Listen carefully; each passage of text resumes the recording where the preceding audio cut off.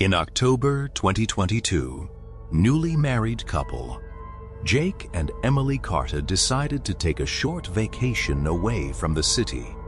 They lived in Dallas, Texas, and both worked stressful jobs. Jake was a software engineer, while Emily worked as a nurse. For months, they had been planning a peaceful getaway somewhere quiet. After searching online, they found a beautiful Airbnb cabin hidden deep in the mountains of Colorado. The photographs looked perfect. A wooden cabin surrounded by pine trees, a stone fireplace, large windows overlooking the forest, and most importantly, complete isolation. The nearest town was almost 40 miles away. The listing had over 200 positive reviews. Everyone described it as peaceful, relaxing, and unforgettable. Neither Jake nor Emily had any reason to be suspicious. On a cold Friday afternoon, they arrived at the property. The cabin looked exactly like the photos. Maybe even better. The owner wasn't there to greet them. Instead, he had left a message explaining where the spare key was hidden. Everything seemed normal. They unpacked their bags, started a fire in the fireplace, and spent the evening watching movies. The first night passed without incident, but at exactly 1:32 a.m. on the second night, Jake woke up suddenly. At first, he didn't know what had disturbed him. Then, he heard it. Footsteps, slow, heavy, directly beneath the bedroom floor. Thump, thump, thump. Jake sat up in bed. The sound continued for several seconds before stopping completely. He looked at Emily. She was asleep. Maybe he had imagined it. Maybe it was part of a dream. Eventually, he went back to sleep. The next morning, he didn't mention it, but that night, it happened again. This time, Emily heard it too. The footsteps sounded closer, almost as if someone was walking underneath the cabin. The strange thing was that according to the Airbnb description, the cabin had no basement. There was only a crawl space used for plumbing. At least, that's what the listing claimed. Jake grabbed a flashlight and searched every room. Nothing. No open doors. No broken windows. No signs of anyone nearby. The forest outside was completely silent. When he returned to bed, the footsteps had stopped. The third night was worse. The sounds began earlier. 下午11点47分. The footsteps lasted almost 20 minutes, sometimes moving from one end of the cabin to the other, sometimes stopping directly beneath their bedroom, as if someone was standing there, listening, waiting. Emily became increasingly nervous. She suggested calling the owner. Jake agreed. The owner answered immediately. When Jake described the sounds, there was a brief silence on the phone. Then the owner laughed. "It's probably animals," he said. "Raccoons. Maybe a bear."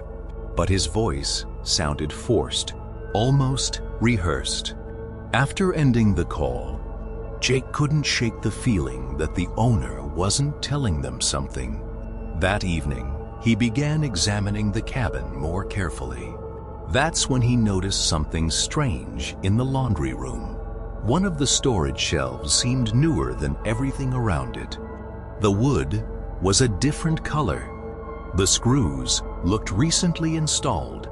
Curious, he pushed against it. The shelf moved. Behind it was a wooden hatch, hidden in the wall. Jake's stomach dropped. He called Emily. Together, They pulled the shelf aside. A narrow staircase descended into darkness. Cold air drifted upward. Neither of them remembered seeing any mention of a basement. For several moments, they simply stared. Then Jake grabbed a flashlight and slowly started down the stairs. The beam revealed a massive underground room, much larger than the cabin itself. Dust covered nearly every surface, but something immediately caught his attention. A single pathway through the dust. Fresh footprints. Someone had been walking there recently. The footprints led toward an old wooden chair positioned in the center of the room, and on that chair sat a black notebook. Jake opened it. The first page contained only one sentence. "If you're reading this, you're not the owner." His hands began to shake. The notebook contained dozens of entries written by different people. Different handwriting, different dates. Some entries were years old, others only months. One entry read, "We hear footsteps every night." Another said, "Someone watches us from the trees." A third entry read, "The owner knows." Then Jake turned to the final page. The most recent entry had been written only 2 weeks earlier. The message was short.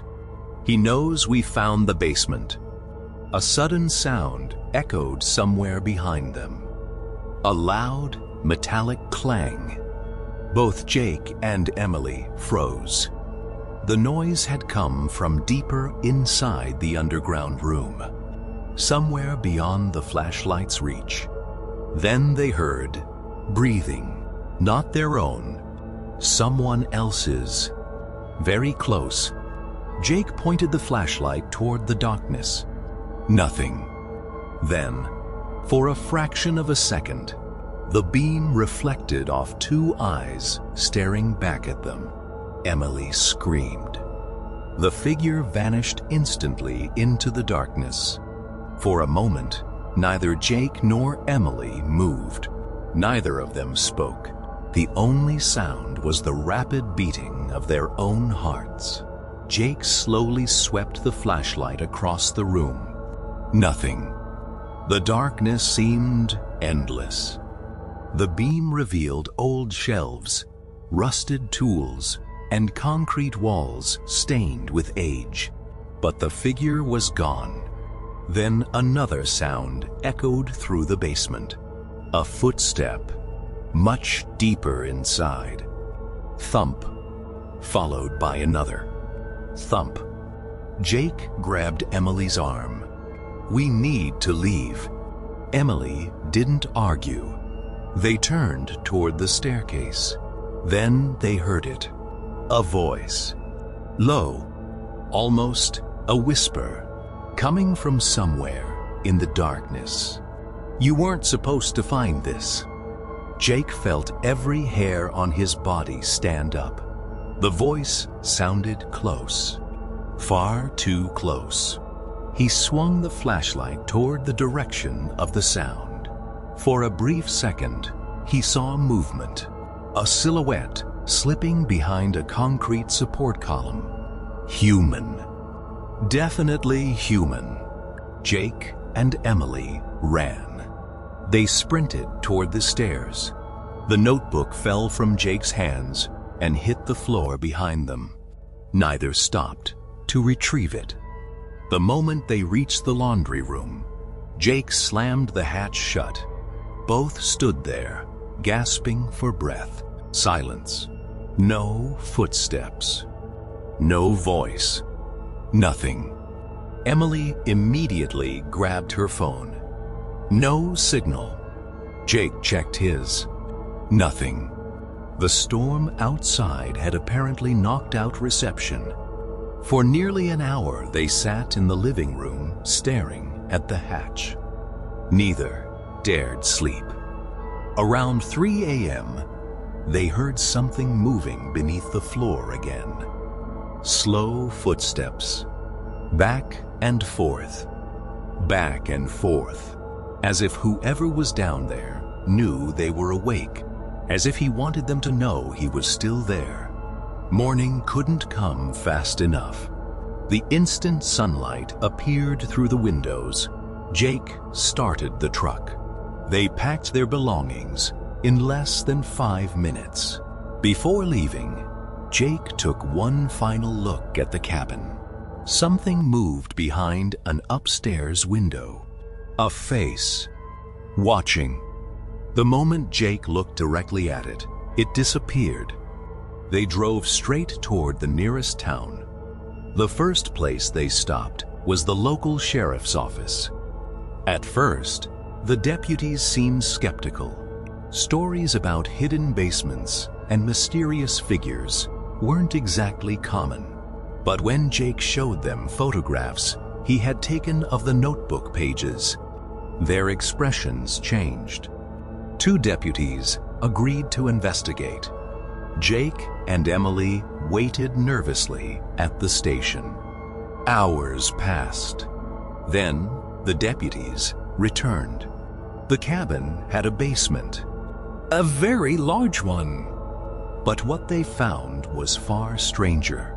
Behind several storage shelves, investigators discovered a narrow tunnel leading into the mountainside.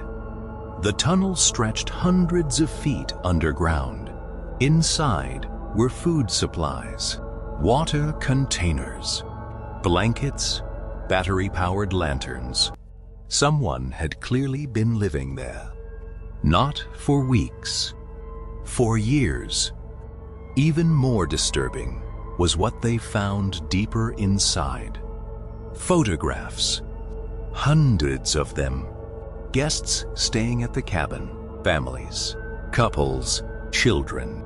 Every photo appeared to have been taken secretly. Some showed people sitting by the fireplace. Others showed them sleeping. One photograph showed Jake and Emily sleeping in bed the previous night. The photo had been taken from inside their bedroom. Emily nearly fainted when she saw it. Whoever had taken the pictures had been inside the cabin while they slept. Yet investigators found no sign of the person responsible. No fingerprints, no identification, nothing. The tunnel eventually branched into several smaller passageways leading deeper into the mountain. Search teams spent 3 days exploring them. The man was never found. The story attracted local media attention. News crews arrived. The Airbnb listing vanished shortly afterward. The owner insisted he knew nothing about the tunnels. He claimed the cabin had been in his family for decades. Investigators could never prove otherwise. The case slowly faded from public attention. Months passed. Jake and Emily tried to move on with their lives, but neither could forget what had happened. Neither could forget the eyes staring from the darkness. Then, one evening, nearly 6 months later, a package arrived at their home in Dallas. There was no return address. Inside was a single photograph. Jake stared at it in disbelief. The picture showed him asleep in the Airbnb cabin, but it wasn't the same photo police had recovered. This image had been taken from a different angle, closer, much closer, as if the photographer had been standing directly beside the bed. Jake turned the photo over. Written on the back in black ink were 5 simple words. "I miss my guests already." Neither Jake nor Emily ever returned to Colorado. The person from the tunnel was never identified, and according to local rumors, the cabin still stands deep in the mountains, empty, abandoned, waiting for its next visitors.